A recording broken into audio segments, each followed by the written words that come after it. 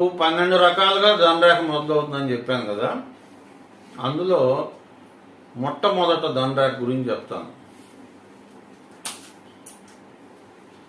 ఇది శని స్థానం చెప్పాను కదా.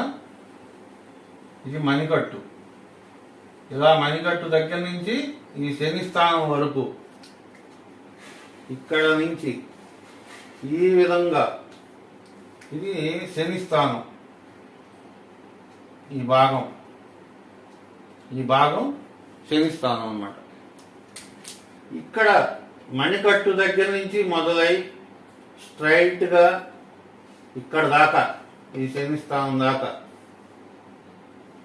రేఖ గనక ఎవరి హస్తంలోనైనా సరే ఉంది అంటే